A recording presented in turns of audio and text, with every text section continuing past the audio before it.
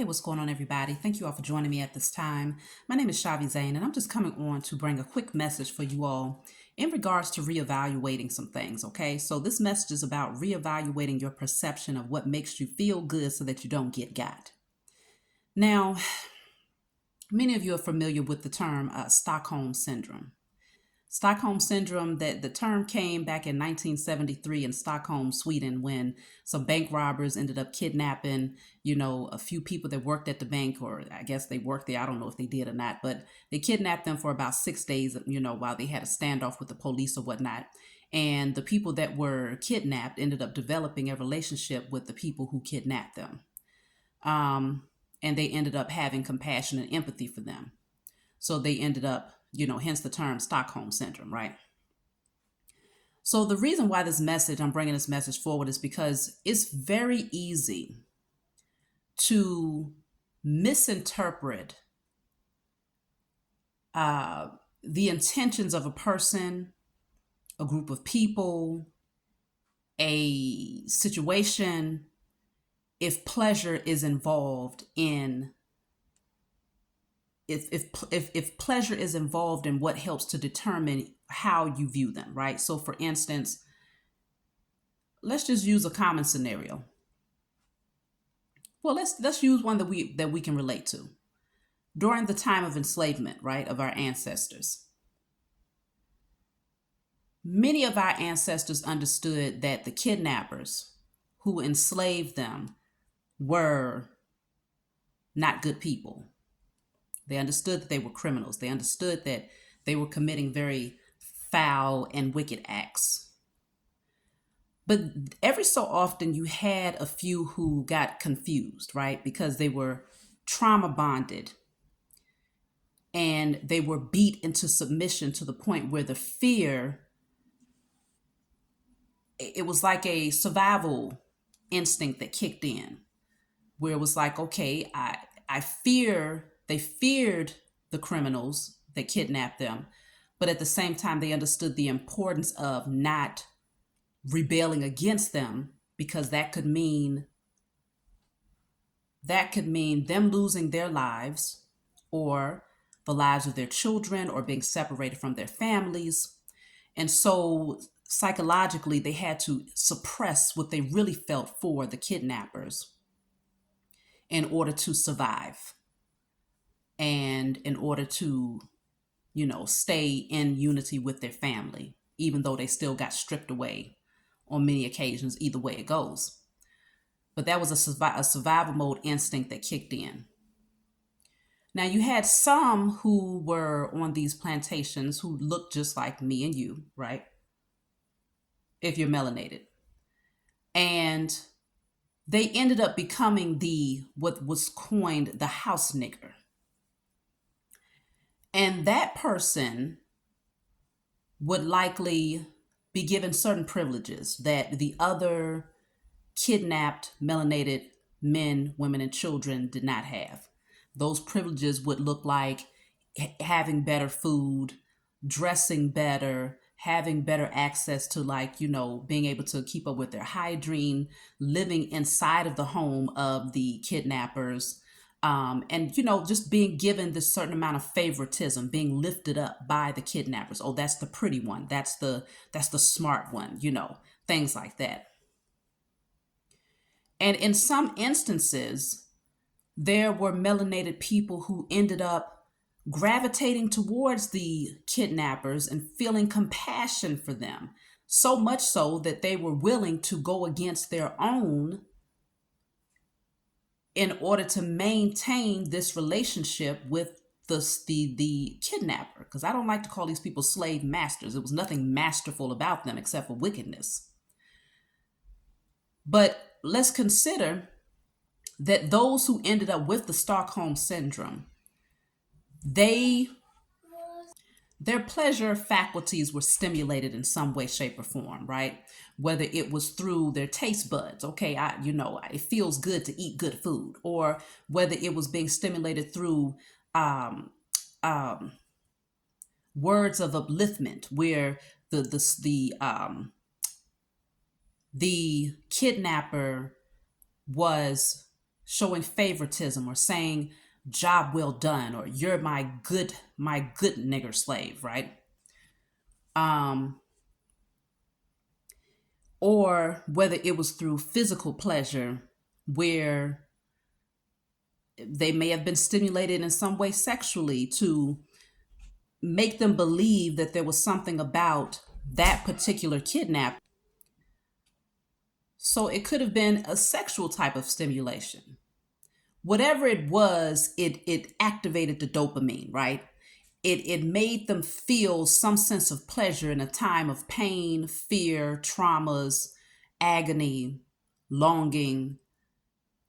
And so it's so important to recognize that this has been an energy that has been passed down from one generation to the next in a lot of ways. It may not look the same for everybody, but codependency and pleasure seeking behavior patterns are very much so real, and they have the potential to trick the mind into believing that something is good when it's not. Why? Because there's moments of pleasure, it feels good. So, another example, first of all, let me give you the technical example of Stockholm Syndrome. So, it's a closely bonded, feeling closely bonded or attached to the captor or abuser. Selective memory of positive or kind acts of the abuser. So that's important. Selective memory. It's to the point where if they activate the dopamine at the right time, okay, you're feeling afraid. You're afraid for your life. You know, they done beat you upside the head, dragged you down the street. We're talking about kidnappers here, okay? Stripped your family away from you, mistreated you and abused you. But in that one moment of you longing and just wishing to feel that sense of home and that sense of comfort, they come in and they pat you on the head and they say, out of the whole bunch, it's something about you.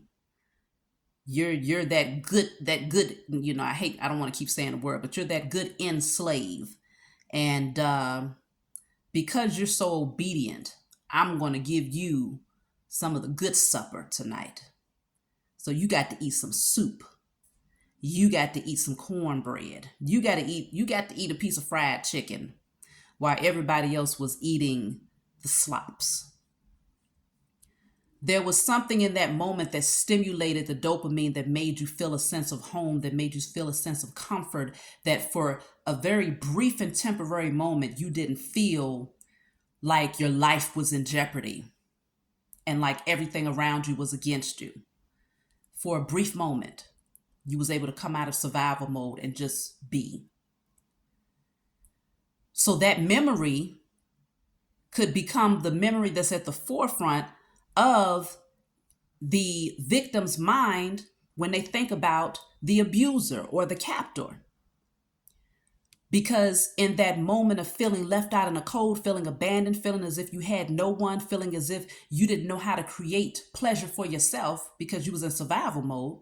So you end up becoming codependent to where it would take something external to you to activate that pleasure faculty or to activate the dopamine. And you hold on to that piece of pleasure that you felt in that moment. And so somehow that abuser, you attach that memory to the abuser so that it doesn't feel so painful.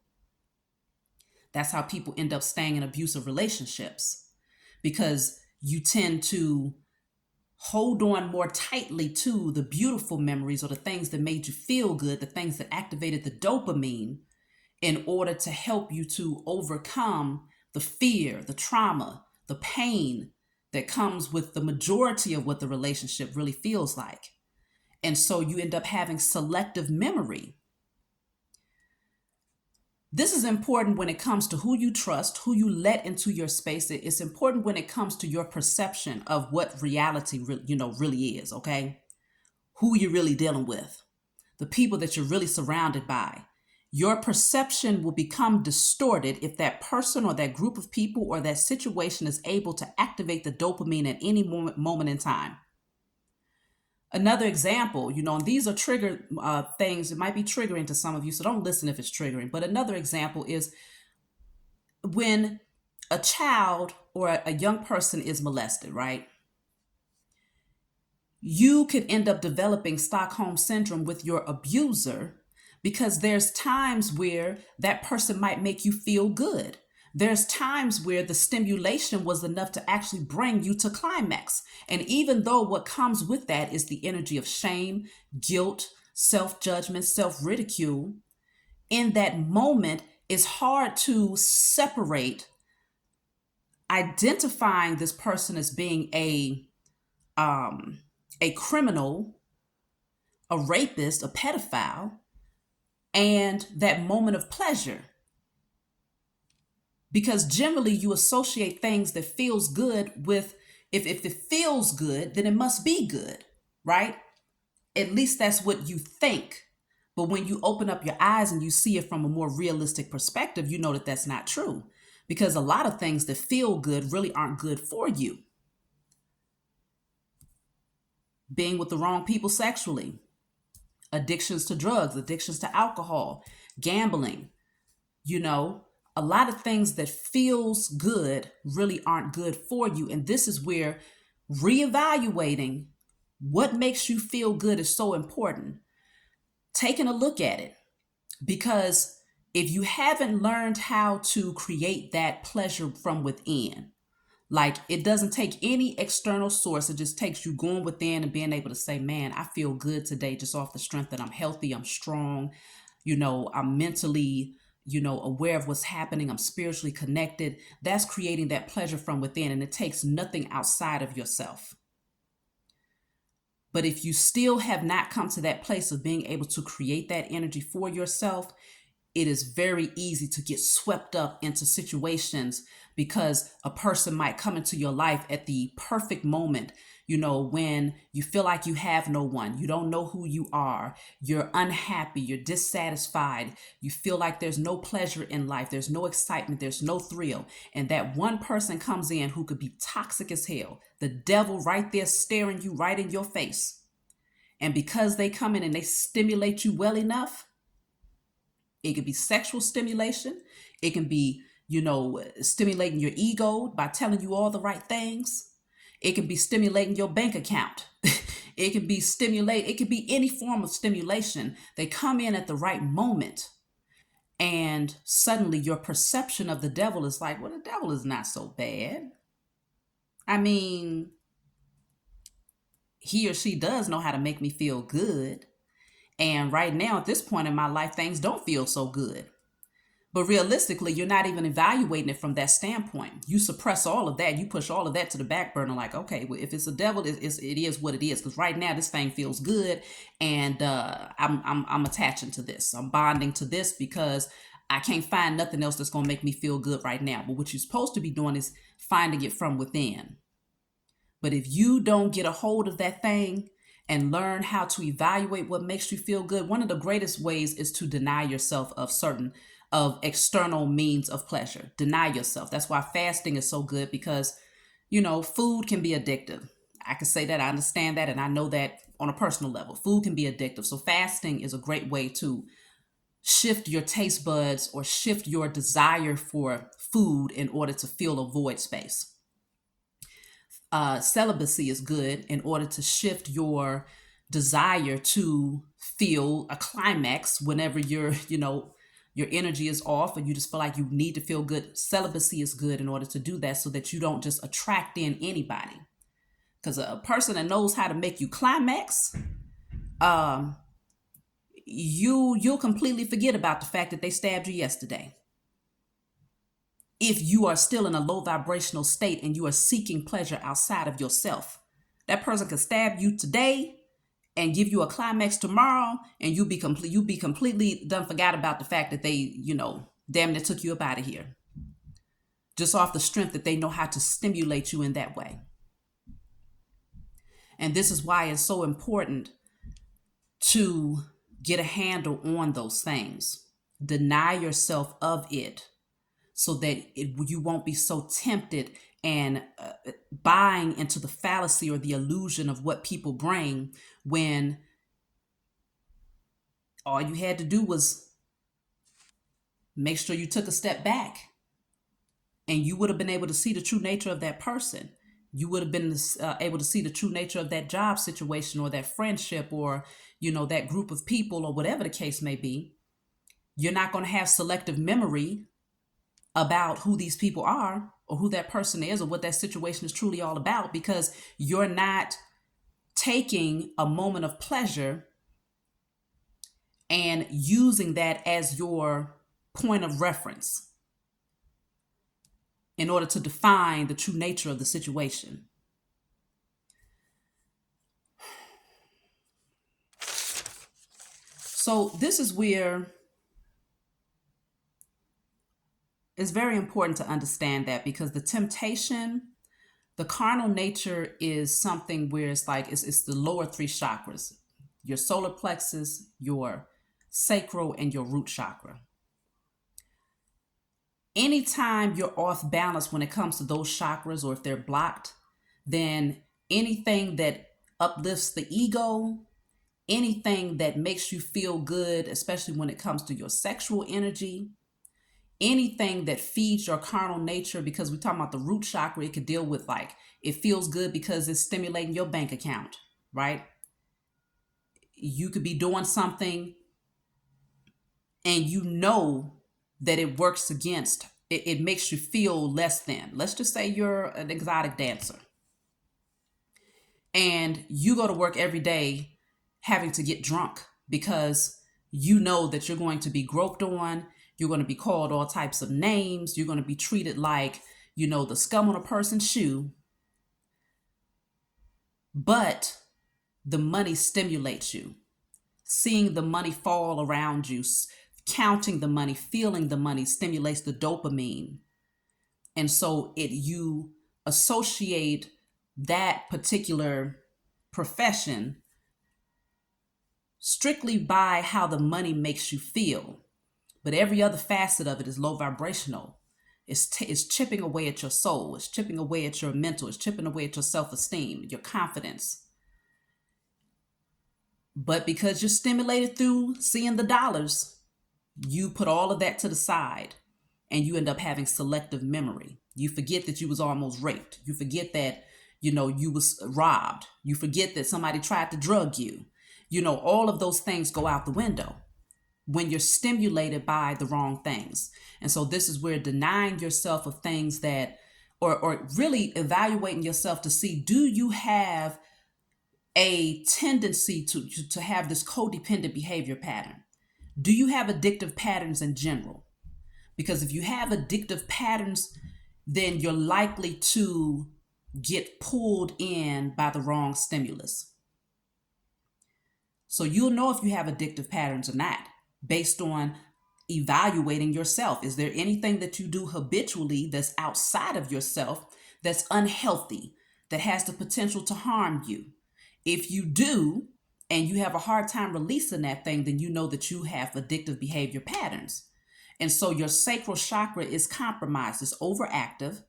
And so that means that you're constantly seeking something that feels better than the last, something that feels good, but you still haven't gained the understanding on how to create it within. So the wrong person can come into your life in that moment where you just feeling like, oh, it's just a dull bore. Like life is just a dull bore. Ain't nothing happening. You don't feel like you're in your creativity. And here comes that person that's looking good enough, or that has that gift of gab, that says the right things, that gets your ego, that solar plexus chakra. They're able to stimulate that ego just enough, or they're able to stimulate that sacral chakra just enough, right? Bringing you to climax. Or they're able to stimulate that bank account just enough, root chakra energy, okay? And now you find yourself swept up into a whole nother karmic cycle because something felt good. Reevaluate your perception of what feels good so you don't get got.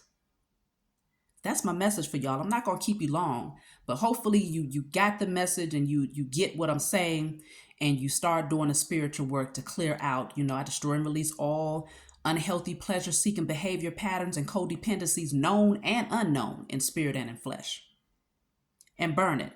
You want to destroy and release all illusions about what feels good and what is good in spirit and in flesh. Because remember, that Stockholm syndrome will have your ass believing that something is good for you and it's sitting right there with horns on its head.